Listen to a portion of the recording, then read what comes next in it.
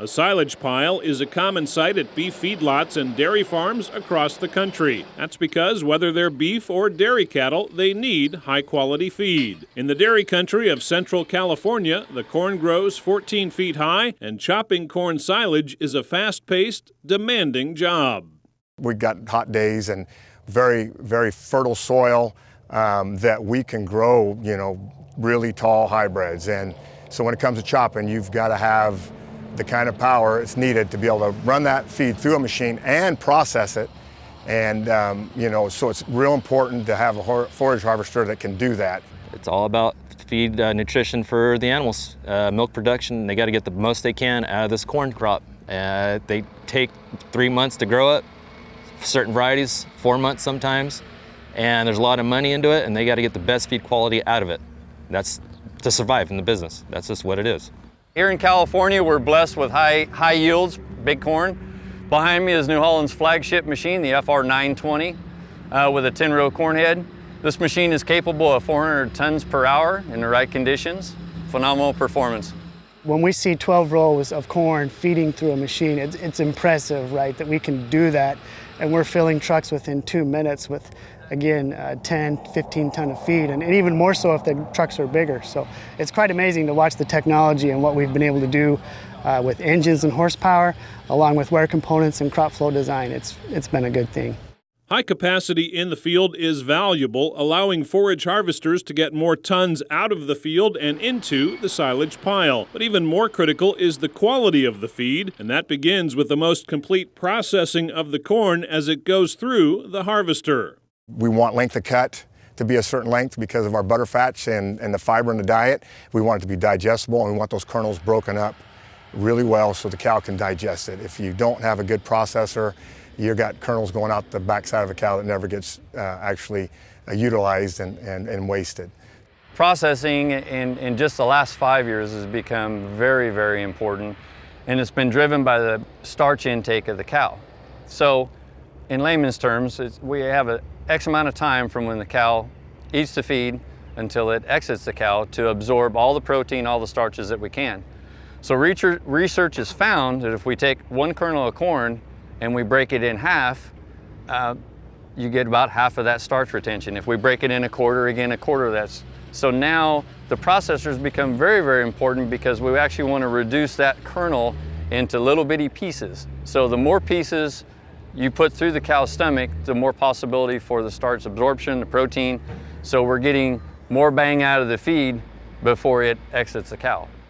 The demands are very high as far as kernel processing and feed quality and everything else, and the right moisture. That's the biggest demand, and that's what they expect. And we are here to provide it the best way we can, and New Holland helps us do that. The processor is a big thing for us. It's probably the key thing for corn, and they've done some changes to their processors by putting another extra belt on there so we don't have no slippage. And that's probably the most important part of a forage harvester is length of cut and the processing, and we like what we see with a 920 and what it's doing. Another critical factor is chopping the corn at the right moisture. With the New Holland 920 Forage Cruiser, near-infrared technology is now available, letting the operator track crop moisture as they move through the field. So NIR stands for near infrared reflectance. It's the light wave spectrum just below visible light that we see today. So what we're doing is we're actually seeing the sensor on the machine right now, which is in the crop flow with a round light source, and we're reflecting a light source down to the crop, and it reflects back, and we're able to then utilize that technology to measure what that actual moisture is as it goes through the machine real time.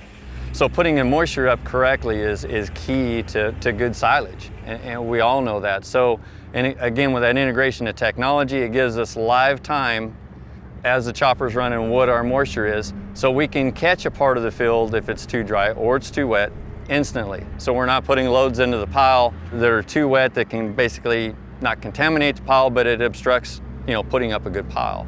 So that's why the technology now, we want it live, real time on the chopper as we're going through the field.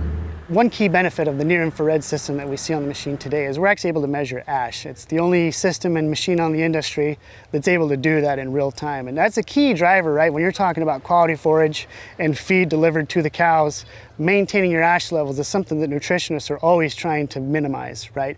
So if we can understand what that looks like in the field as we're chopping real time, maybe we can make some adjustments, whether we raise the cutter head or we change from a rake to a basket rake or something in the windrow formations.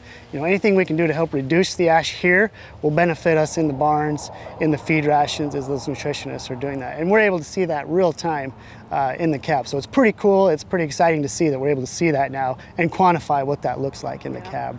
By having the moisture lab in the cab, the driver, it's easy for the driver to run the machine and be able to glance over and see where the moisture's at all times. So it's just a real nice feature.